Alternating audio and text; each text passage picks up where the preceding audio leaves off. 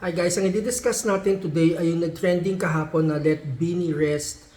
A day after nag-sold out yung 2-day concert nila sa Araneta Coliseum on November 16 and 17 yata. Umalma kasi yung mga fans na sa third concert ang Beanie on the same week. Actually, kinabukasan nga yata nung second day. Kasi ang argument nila, as the hashtag says it so clearly, kailangan magpahinga ng Beanie. Pero, himayin natin yan ha. Ganito kasi, ang unang sinasabi, kaya gustong mag day 3 ng Beanie concert, kasi the fact na nag-sold out yung days 1 and 2, ibig sabihin, ng agad-agad in 3 hours, ang ibig sabihin nun, malaki ang clamor, malaki ang demand for Beanie. At syempre, yung management, gusto lang naman pagbigyan yung fans, gustong pagbigyan yung mga manonood. Pero sa kabilang banda, ang sinasabi ng fans, maaring ganun, pero unang-una, paano makakapagbigay ng quality show ang isang artista kung pagod? Right? Super pagod. At pag mo sabihin hindi nakakapagod ang mag-concert, at hindi lang sila basta kumakanta, kundi sumasayaw din sila. And syempre, the rehearsals leading to the concert, feeling ko nga, ngayon pa lang, nag-rehearse na sila, if not earlier, kasi this is such a big break for the girls. Siguro, ang gusto ng fans, iusog yung third day and fourth day a week later, or a month later. Pero naintindihan ko din naman yung management kasi magpapasko na. Siguro iniisip nila na by then ang focus na ng tao ay ang Christmas rush or yun na. So baka masayang. Alam nyo, sa tagal kasi ng Beanie na makarating sa puntong ito, syempre, ngayon na mainit sila, sige, strike while the iron is hot, sabi na nga nila, no? Kasi lalo dito sa industry natin, hindi naman natin alam kung after nitong taon na to, after nitong season na to ay hot pa din ng Beanie. Wala kasi yan sa kamay ng kahit sino Wala yan sa kamay ng artist or ng management. Kasi kahit maglabas sila ng magagandang kanta din, depende yan sa taste ng tao. 'Di ba? Kung tatangkilikin pa din lang Beanie. So, kung iisipin na ang tagal makarating ng Beanie dito sa point na to, syempre, from a management's point of view, ang dami din naman nilang pinuhunan sa Beanie. Like, yung mga times na hindi pa kumikita ang Beanie o hindi pa ganyan sila katunog, hindi pa ganyan kalaki yung pangalan nila, wala pang demand sa kanila na kagaya nito, madami din silang inabono for sure. At yan ang hindi naiisip ng madaming tao na hindi alam how it goes sa industry. I'm not siding with management, pero nilalagay ko lang yung sarili ko sa the way they think. And the way it is sa business, syempre, it's ROI time. I hate to put it that way, na parang commodity ang Beanie, na parang commodity ang girl group, but yun nga, it's a music business. It's business.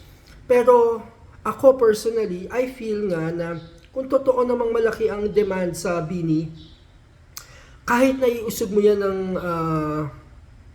kahit 2 weeks lang siguro, pwede yan But then, I don't know, madami pa din siyang pag-iisipan. Like, siguro, iniisip din ng management, okay, pwede namang iusog, pero available ba ang venue? Or baka meron ng ibang nakaschedule na gagawin ng Beanie, at ang time lang na meron sila na kayang ibigay for days 3, or maybe even days 4, ay yung November 18, and 19. So, we don't know. At dyan din pumapasok yung classic case of be careful what you wish for. You just might get it. I'm not saying this is a curse for Beanie. It's not a curse. Let me say that categorically kasi hindi naman lahat nararating ang ganitong estado sa karera nila.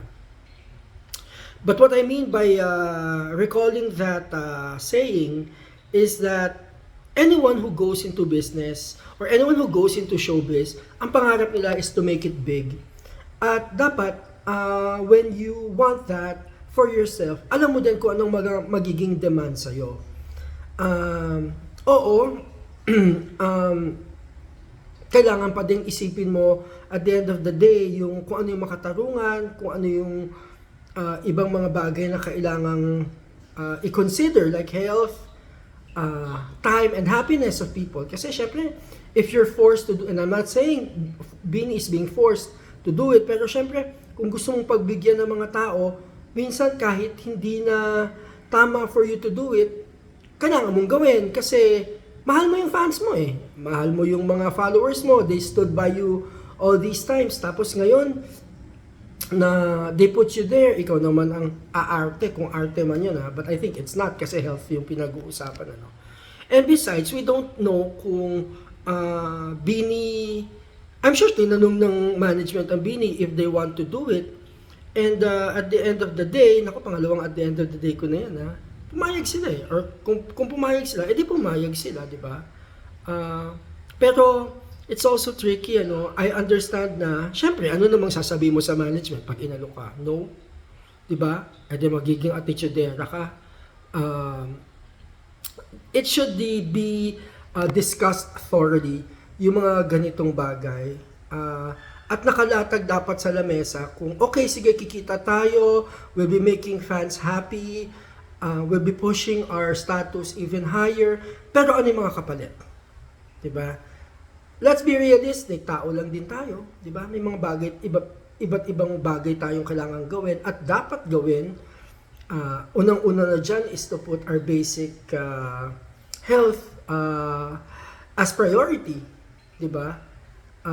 Siguro alam mo, yung mga nagsasabi na